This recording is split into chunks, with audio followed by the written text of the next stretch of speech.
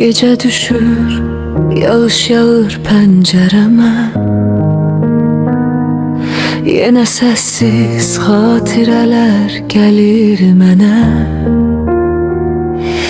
Bilmirəm niyə səni xatırlayıram.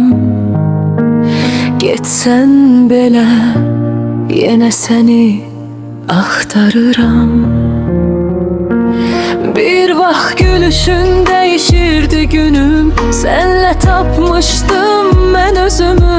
İndi küçələr tək və səssizdir sensiz. Bu şəhər əvəzsizdir, adını deyir ürəyim yenə.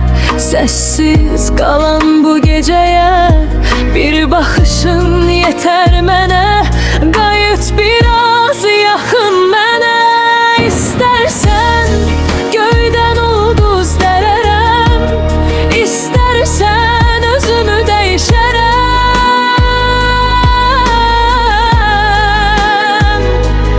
Bir dəfə üzündə gülüş olsun, mən bütün dərdimi sənlə bölüşərəm.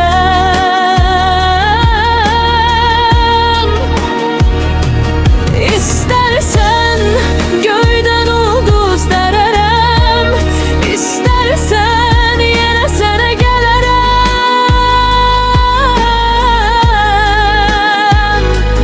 Bir dəfə üzündə gülüş olsun, mən sonsuz həsrətimi sənə verərəm.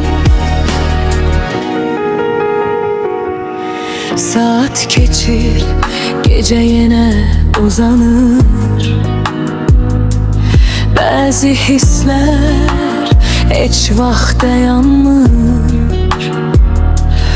Unuttum deyib özümü aldadıram. Amma gecelər yenə səni axtarıram. Sükut içində qalıram, sən getdin mən dağılıram. Bir nəfəsin yetər mənə, qayıt biraz yaxın mənə. İstərsən göydən ulduz dərərəm, İstərsən özümü dəyişərəm.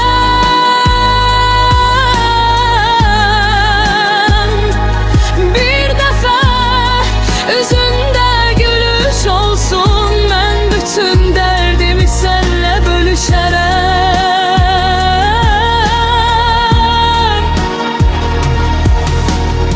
Bəlkə də yolumuz ayrı düşüb, bəlkə də sevgi çoxdan susub.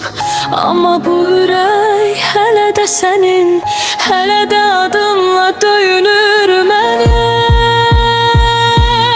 İstərsən göydən ulduz dərərəm, İstərsən özümü dəyişərəm.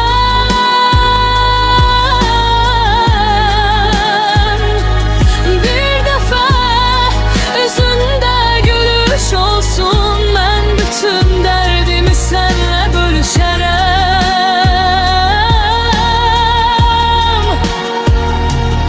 İstərsən göydən ulduz dərərəm, İstərsən yenə sənə gələrəm.